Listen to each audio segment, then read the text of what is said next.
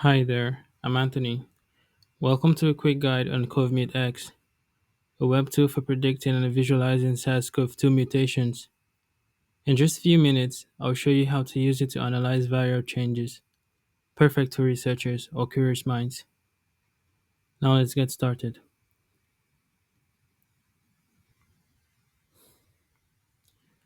Over here we have the prediction model. We're going to select the single input ensemble for this demonstration. Then we select a variant ID and we input the number of lapse days. Over here we have a drop-down menu of all protein regions, but for this part of the demonstration, I'll leave this blank. Next, we click on the Predict button.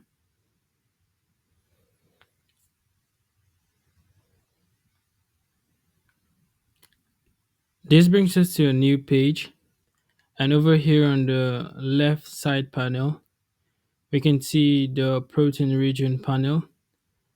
We can toggle this button to get a highlight of all the protein regions. And over here, we can find the color code for the corresponding protein regions.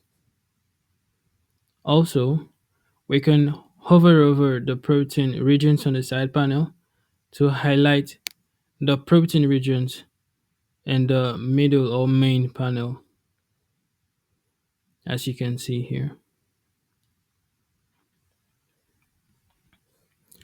And on the right panel, we have the display of the mutation probability of these protein regions displayed in a pie chart.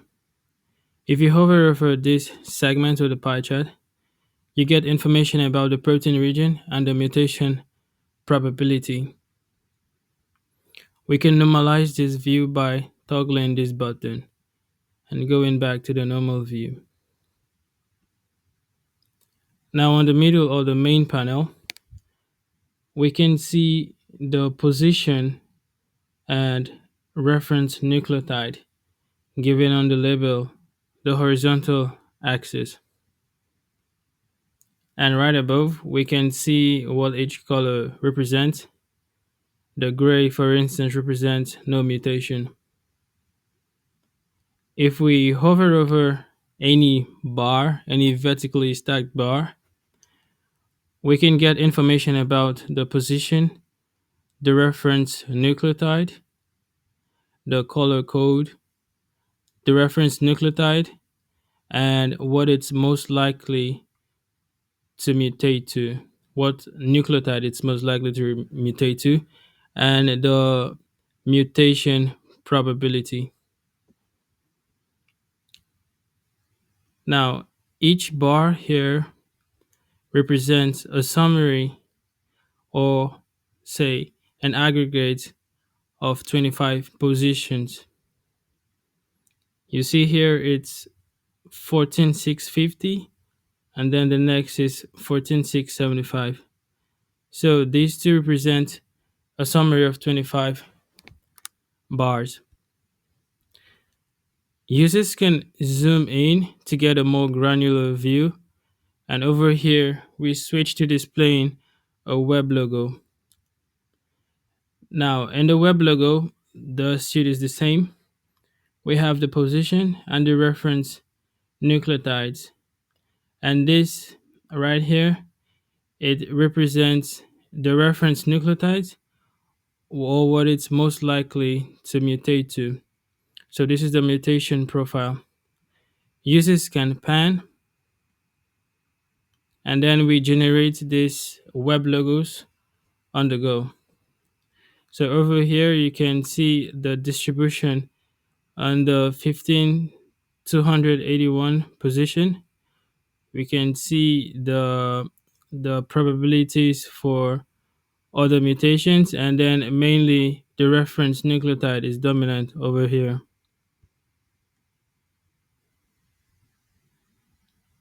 Now, users can also zoom out to restore the display, the resolution of the data here. Now let's go back and try imputing our protein region. Again, we select the model. This time we can try the balanced model. And then we select a variant ID, impute the number of elapsed days, and then we select a protein region, say ORF1AB. We click predict. Now over here, as you would notice, we do not display the mutation probability for the protein region when the protein region itself is selected already. So this gives us the starting indices of the protein region, and the very last bar gives the ending indices of this region. Again, we can zoom in, and in this position, we can zoom in to get a web logo view. Here we have the position reference nucleotide, the same as the previous view. Users can pan to generate new web logos for the current windows, and then users can also zoom out to go back to the previous view.